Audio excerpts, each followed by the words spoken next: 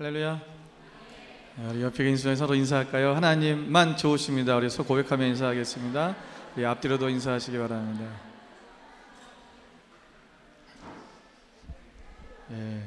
오늘은 우리 봉독한 말씀을 가지고 만족해야 본분을 지킵니다 라는 제목으로 같이 말씀을 나누기를 원합니다.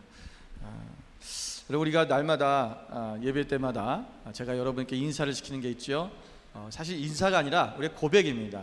고백하면 서로 우리가 서로 입술로 시인할 때 우리가 그대로 될 줄로 믿고 날마다 시인하는 건데요, 우리가 하나님만 좋으십니다 라고 우리가 그렇게 외칩니다. 하나님만 좋으시다고 하는 것은 우리가 오직 하나님만으로 만족하겠다는 것입니다. 우리가 세상에 많은 것들이 있지만 하나님보다 더 좋은 곳이 있으면 안 됩니다. 우리는 그것 때문에 우리가 그것을 만족하기 위해서 내가 채워나가려다 보면 결국은 하나님을 잃어버립니다. 그래서 하나님만으로 만족하는 삶을 살아갈 때 우리는 우리의 본분을 지킬 수 있다고 믿습니다. 지난 주간 동안에 이 호주에, 또 호주뿐만 아니라 한국에 큰 이슈가 하나 있었죠. 그게 뭐냐면 이 오스트레일리안 오픈 테니스 대회입니다. 특별히 우리 한국의 선수가, 정현이라는 선수가 이 4강에 오르면서 큰 화제가 되었습니다. 제가 이 정현 선수가 이 8강에서 이겨서 4강으로 올라갈 때에 그때에 이 검색어 순위를 봤어요. 이 인터넷에 보니까 검색어 순위가 쭉 나오는데 1위부터 10위까지 검색어가 거의 이 정현에 대한 얘기인데, 그 중에서 1위부터 5위까지가 다 그 정현에 대한 인터뷰 내용입니다. 거기에 이제 5위가 뭐냐면 그 정현과 함께 이 경기를 이제 치르게 될, 앞으로 이제 이겨서 4강에 올라올 사람에 대한 거죠. 그 사람이 토마스 베르드흐인데, 독일 사람, 여기 체코 사람이죠. 이 베르드, 이 사람에 대한 이제 사람들이 검색을 해봤나 봐요. 어떤 사람인가, 또 선수는 어떤 기능이 있는가 많이 해본 것 같아요. 4위가 뭐였냐면, 4위는 호주 오픈에 대한 거였습니다. 그래서 호주 오픈이 어떤 건지에 대해 사람들이 궁금해하고 검색을 해본 것 같아요. 3위는 뭐였냐면 정현의 인터뷰였습니다. 인터뷰 내용이 좀 이렇게 재미도 있고 또 우리가 솔직하게 담백하게 했던 그 사건 때문에, 그것 때문에 많은 사람들이 정현의 인터뷰를 찾았던 것 같아요.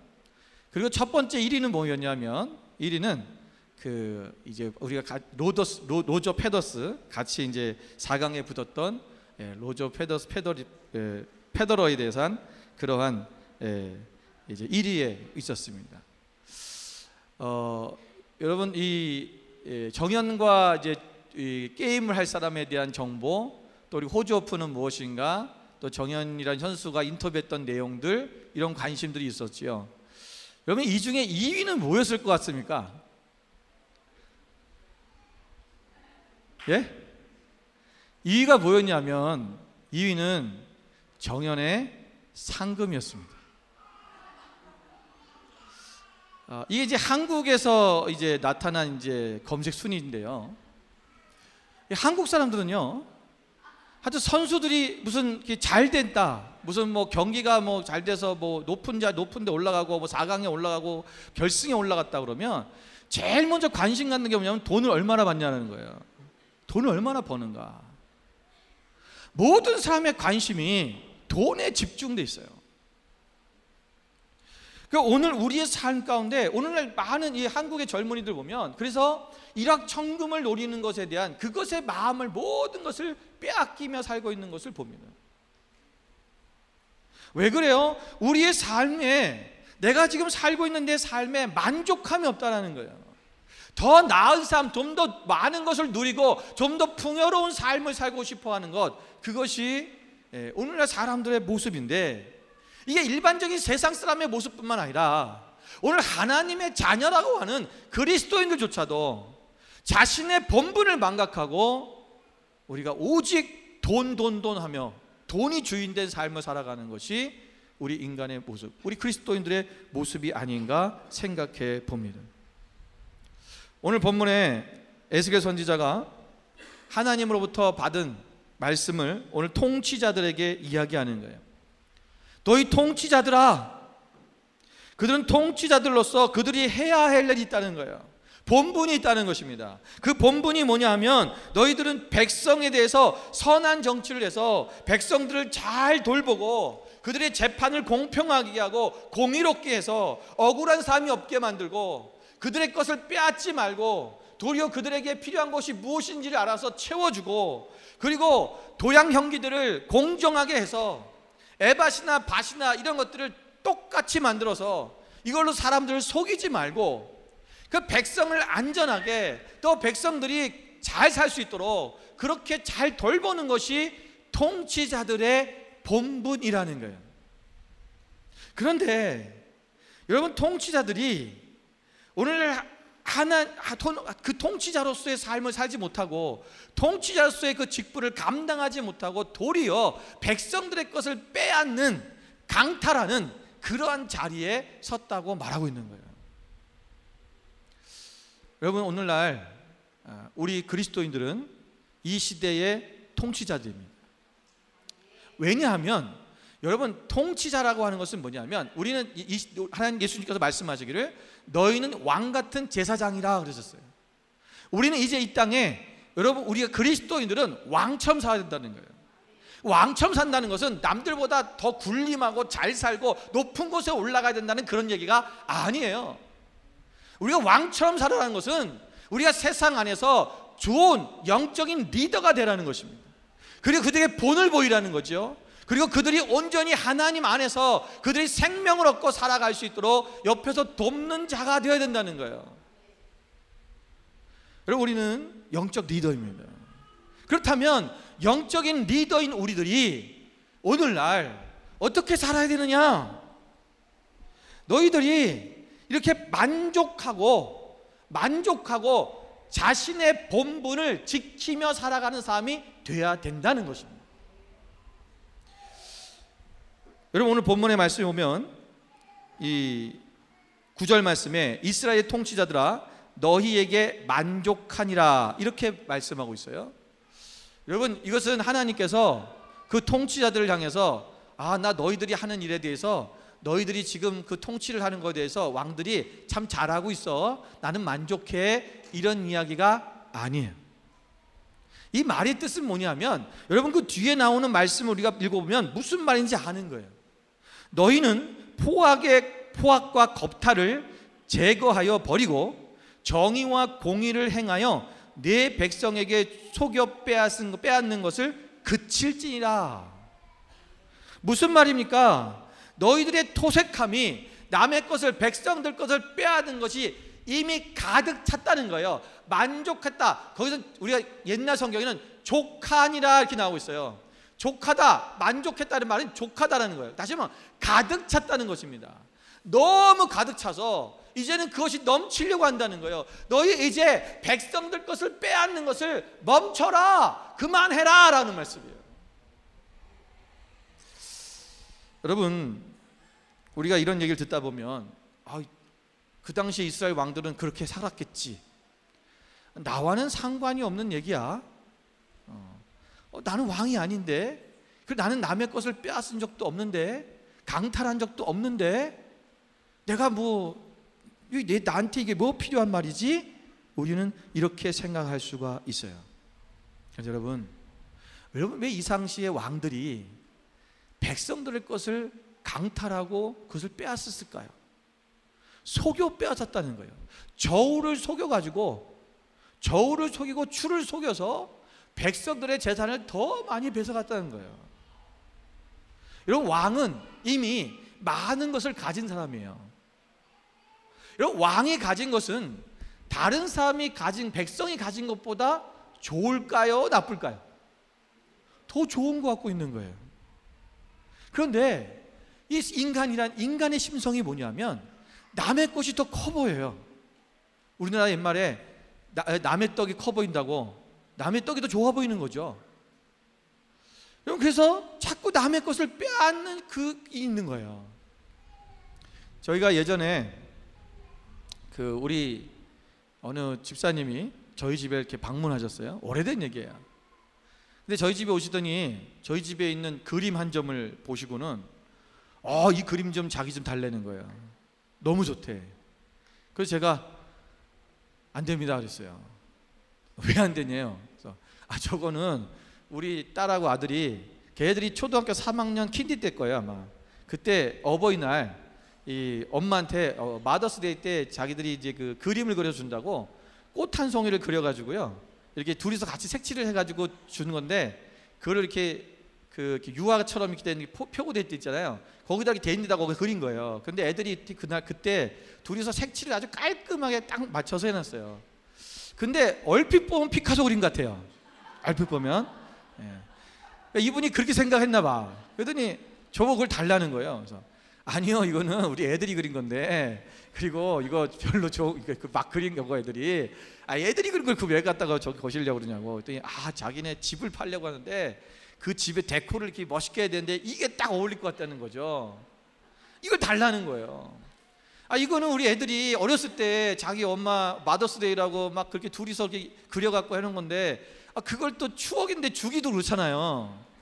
그래서 이건 안 됩니다 그랬어요. 그랬더니 그거 안 준다고 삐져서 갔어. 여러분, 그분은 그거보다 더 좋은 그림을 살 수 있어요.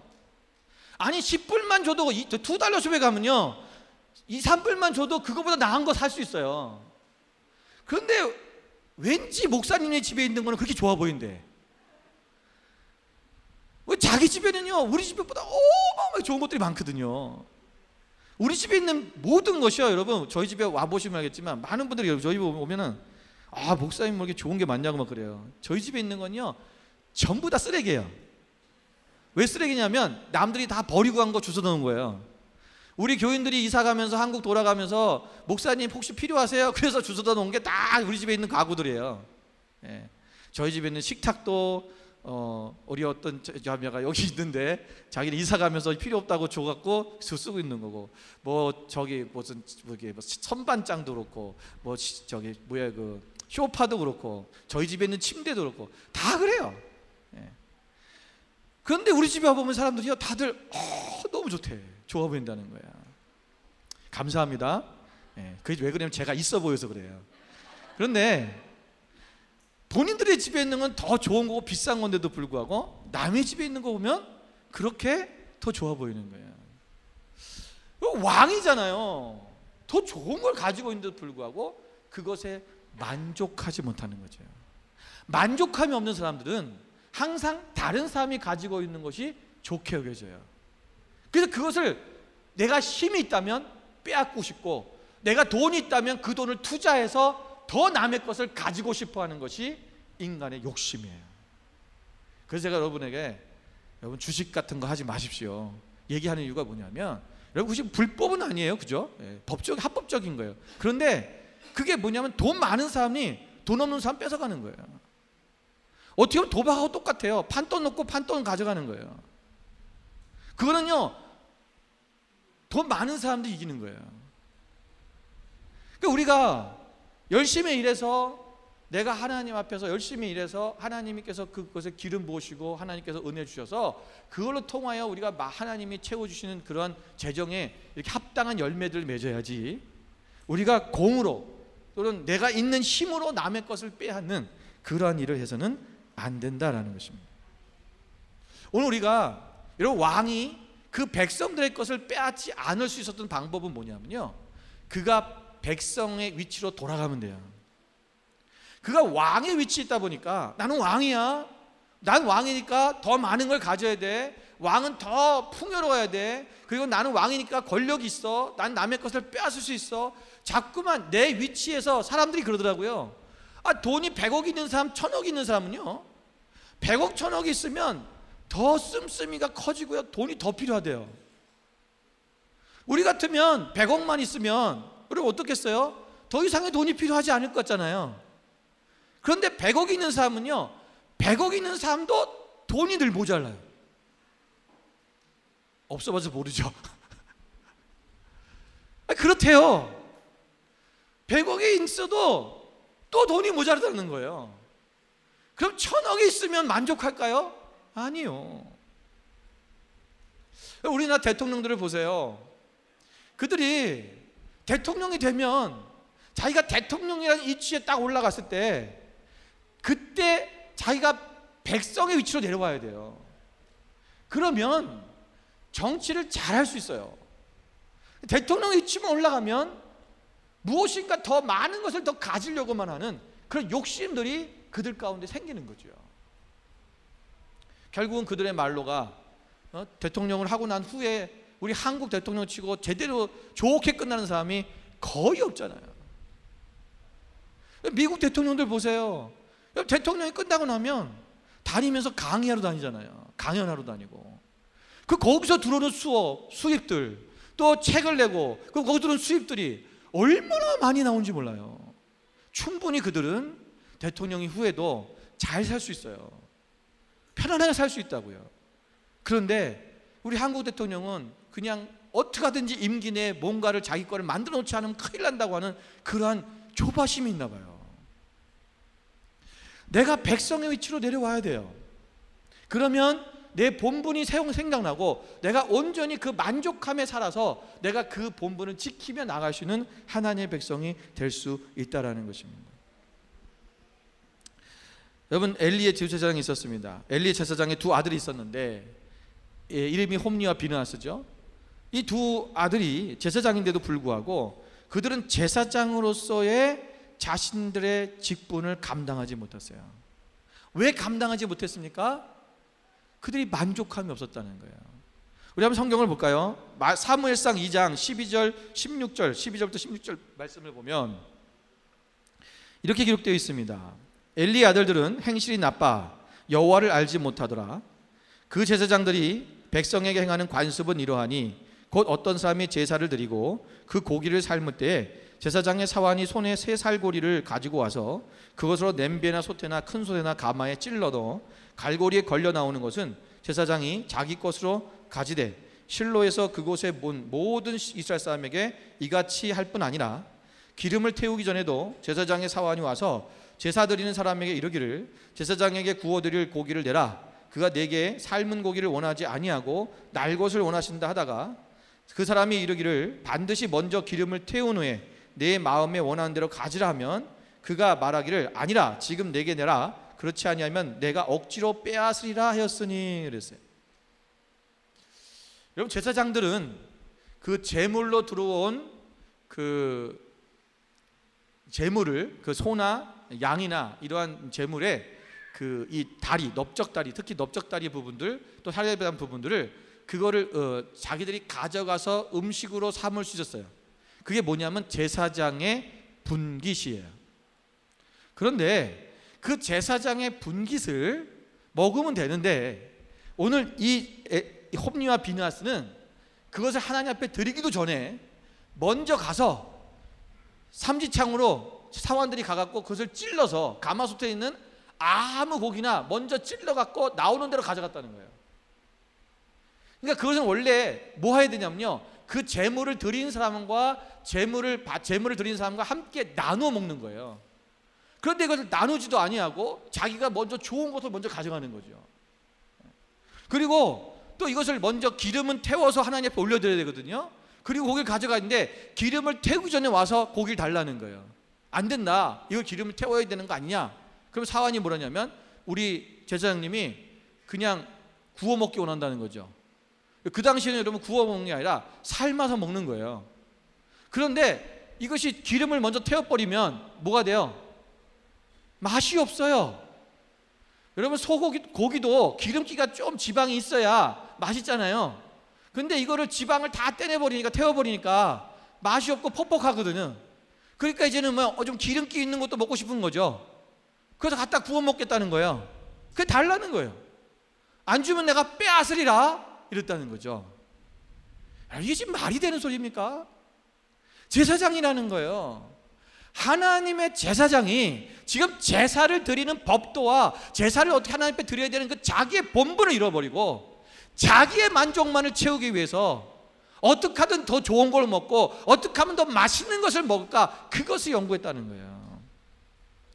자기의 만족이 없으면 하나님께서 주신 제사장의 분깃 그것대로 살아야 되는데 그것에 대한 만족이 없으니까 결국은 자신의 본분을 잊어버리고 직분대로 하지 않는 거죠. 여러분, 목사들도 마찬가지예요. 여러분, 목사의 본분은 뭐냐면 양들을, 하나님께서 맡기신 양들을 잘 양육하는 거예요. 그리고 죽어가는 영혼들을 깨워서 살리는 거예요. 그게 본분이에요. 그런데 어떻게 하면 내가 더 잘 살까? 내가 어떻게 하면 더 좋은 걸 먹을까? 어떻게 하면 더 좋은 집에 살까? 그것에 마음을 빼앗기고 만족하지 못하고 계속해서 자기의 욕심과 탐심 가운데 빠져버리면 결국은 자신의 본분을 망각해버리고 그 직무를 다하지 못하는 것을 많이 봐요.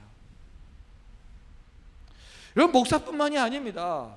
오늘날 우리 영적 리더라고 하는 우리 그리스도인들이 이 땅에서 여러분 그러한 하나님이 주신 것에 대한 만족하고 오늘의 우리의 삶이 하나님 앞에 늘 감사하는 그 삶이 우리 가운데 있어야 된다는 거예요.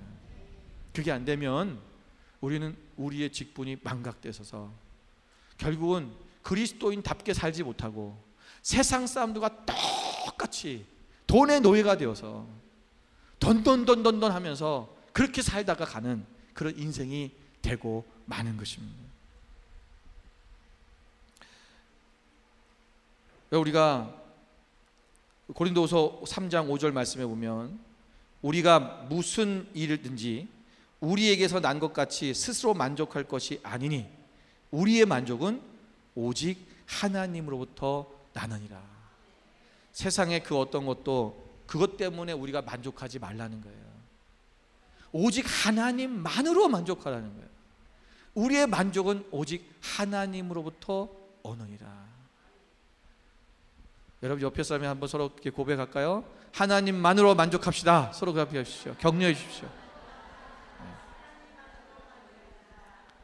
여러분, 하나님만으로 만족하시겠습니까?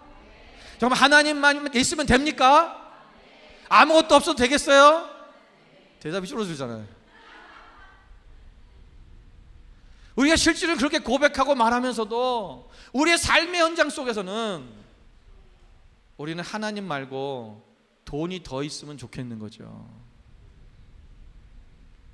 여러분, 그렇게 되면 우리의 삶은 굉장히 어려워집니다.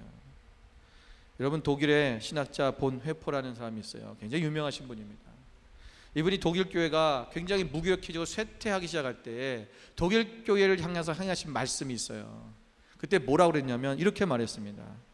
오늘날 이 독일 교회가 이렇게 무기력하게 된 이유는 뭐냐면 그것은 오늘날 그리스도의 제자들이 하나님의 뜻을 성취하는 데 따르는 대가를 치르기를 거절하고 있기 때문이다. 그리스도인들이 하나님의 한 뜻을 성취하는 데 따른 대가를 치르는 것을 거절했다는 거예요. 여러분, 과거서부터 지금까지 모든 역사에 보면 교회가 부흥되고 하나님 나라가 확장되었을 때는 거기에는 그리스도인들의 희생이 있었어요. 헌신이 있었다고요. 우리는 조금만 내 가정에, 내 삶에 조금만 시간을 빼앗기고 무언가 내가 이루고 싶은 남들처럼 정말 아기자기하게 뭔가 좀 그렇게 살고 싶은데 조금만 교회를 위해서 또는 하나님 나라를 위해서 시간을 빼앗기는 그것 자체도 싫은 거죠. 그런 시간적 대가를 지불하는 것조차도 그걸 내가 하고 싶지 않은 거예요. 여러분, 독일 교회가 왜 망한지 아세요? 독일 교회가 망한 이유가 목사들에게 월급을 줬어요. 나라에서. 독일 교회 목사는요, 공무원이에요. 나라에서 월급을 주니까 목사님들이 목회를 열심히 할 필요가 없는 거예요. 교인이 누가 오든 안 오든 상관하지 않아요. 그냥 가서 주일날만 가갖고 설교 한번 하고 나오면 끝나는 거예요. 그러면 충분히 먹고 살 돈이 들어와요. 독일에서 목사는 거의 귀족입니다.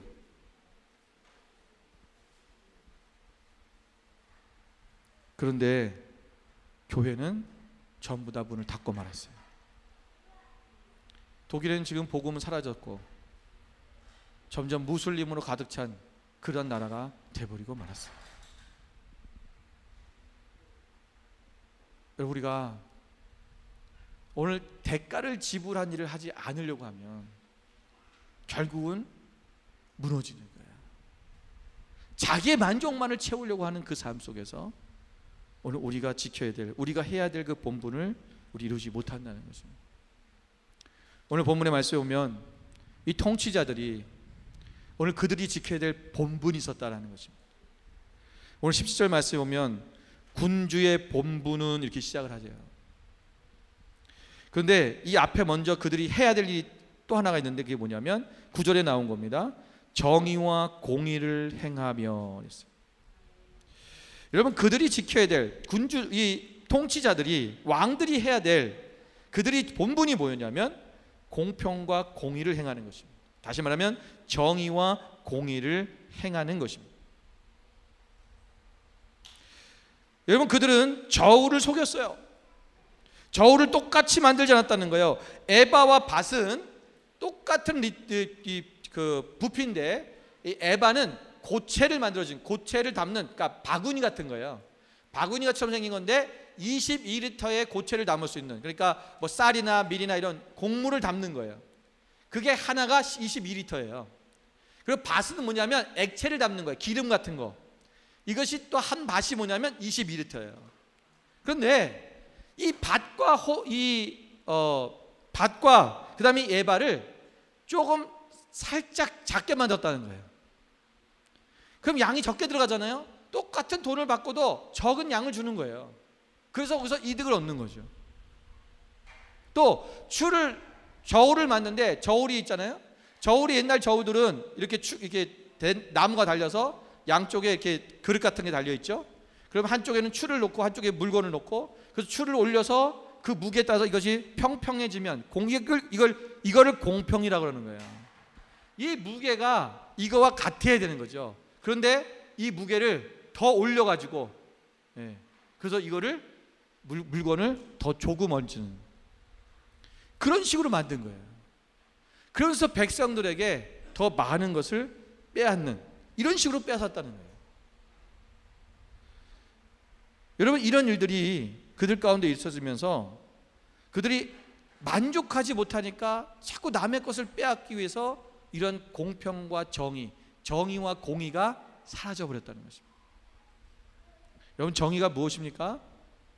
정의는 하나님의 뜻이 정의입니다. 하나님의 뜻대로 하는 것이 정의입니다.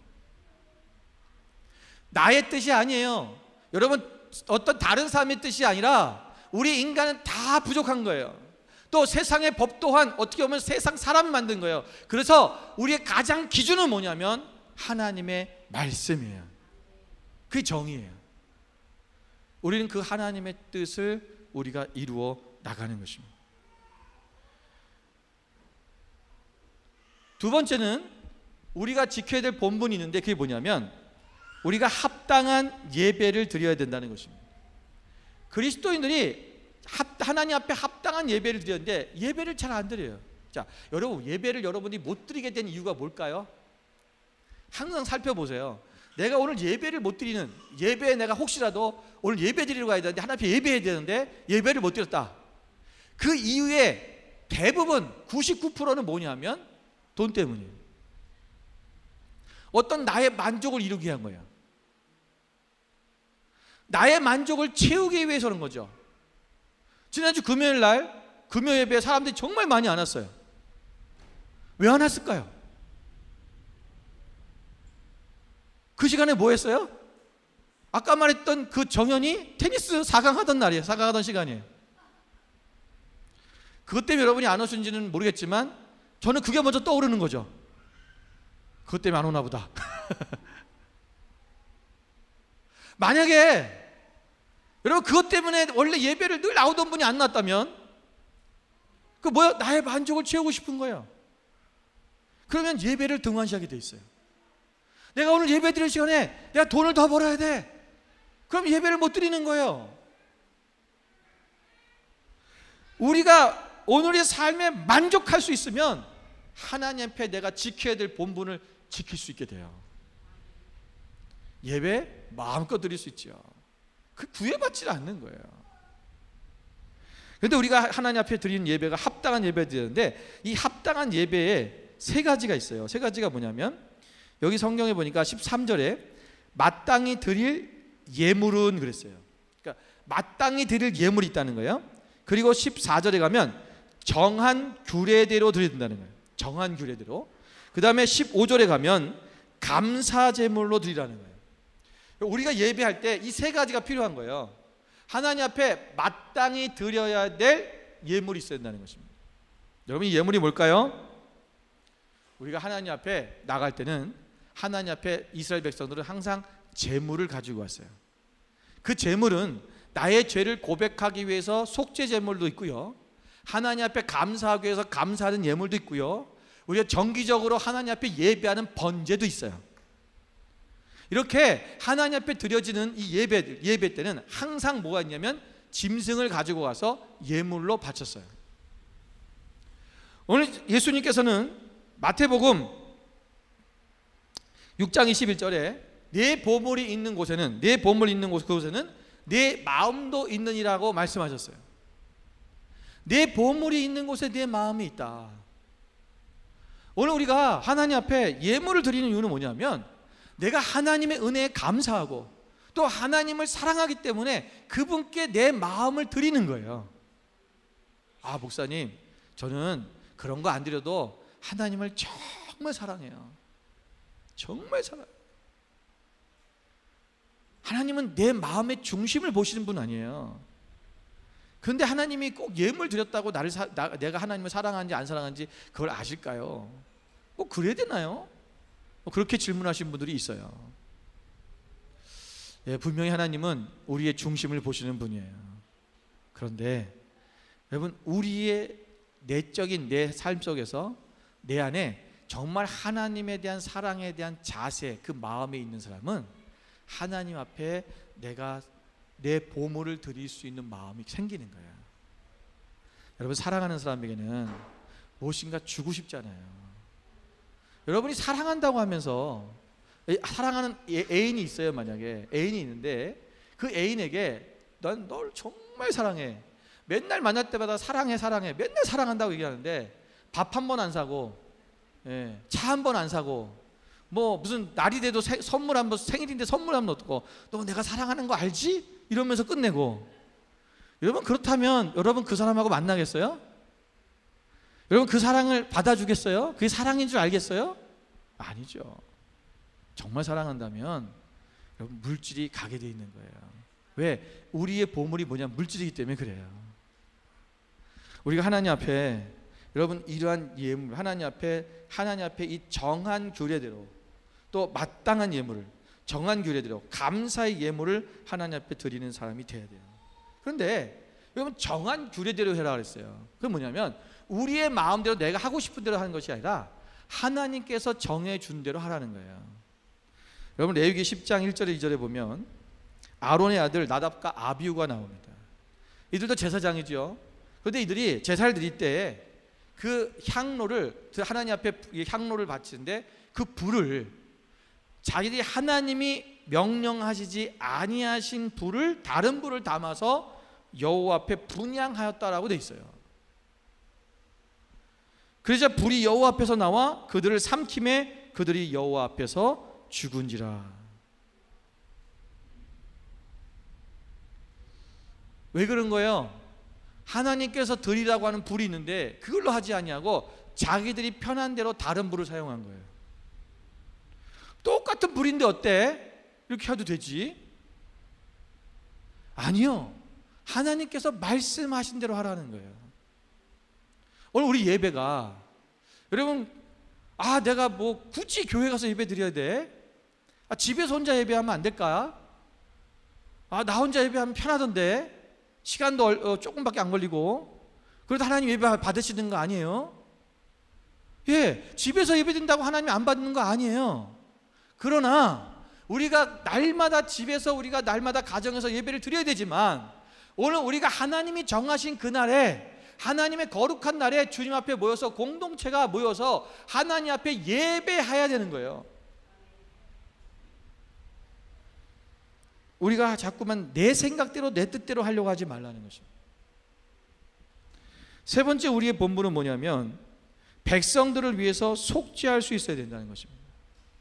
17절 마지막 말씀에 보니까 군주의 본분은 번제와 소제와 전제를 명절과 초하루와 안식일과 이스라엘 족속의 모든 정한 명절에 갖추는 것이니 이스라엘 족속을 속죄하기 위하여 이 속죄제의 소제에 번제와 감사제물을 갖출지니라.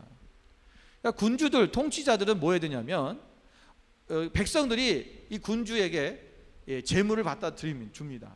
그러면 너 그거 네가 먹으라는 게 아니에요. 그걸 잘 보관하고 있다가 항상 명절 때마다, 절기 때마다 그것으로 백성을 위해서 하나님 앞에 제사 드리라는 거예요. 속죄제라는 것은 백성의 죄를 대신 내가 나의 죄인 것처럼 그 백성들을 대신해서 죄를 회개하고 고백하는 거예요. 여러분이 예스겔도 마찬가지고 또 그 동시대의 선지자였던 예레미야도 마찬가지입니다. 이 두 선지자들은 항상 모든 백성의 죄를 자기의 죄인 것처럼 그것을 품고 기도했어요. 하나님 앞에. 하나님, 우리의 죄를 용서하여 주십시오. 예레미야는, 에스겔은 자기들이 죄를 진 적이 없어요. 그런데 자기의 백성들을 위해서 하나님께 용서해 달라고, 그것이 나의 죄인 것처럼 우리라는 표현을 쓰면서 죄를 고백합니다. 여러분, 그리스도인은 오늘 이 땅에 하나님을 모르고 죽어가는 영혼들을 위해서 우리가 그들의 죄를 우리가 나의 죄인 것처럼 고백하며 그들의 죄를 하나님 앞에 용서해 달라고 하나님 앞에 기도하는 그러한 중보의 기도자가 되어야 되는 것입니다. 이게 우리의 본분이에요. 그런데 우리가 이 그리스도인의 본분을 지금 지키지 못하는 이유가 뭐냐면 오늘 내 삶에 만족함이 없다는 거예요. 여러분, 하나님만으로 만족하시기 바랍니다. 하나님만 있으면 됩니다. 되게 돼 있어요. 우리가 아무리 없어도, 우리가 아무리 건강을 잃어도, 우리가 아무리 죽을 것 같은 그런 상황에 놓일지라도 하나님이 나의 산성이 되시고 반석이 되어주시기 때문에 그 하나님께서 우리를 세워주시고 살려주시고 우리를 도와주시고 우리를 넘어설 수 있도록, 돌파할 수 있도록 우리 힘을 주시는 하나님, 그 하나님이 나의 아버지시고 그분이 나의 구주 되시고 그분이 성령님이 나의 보호자 되어주신다는 것을 우리는 잊어서는 안 될 것입니다.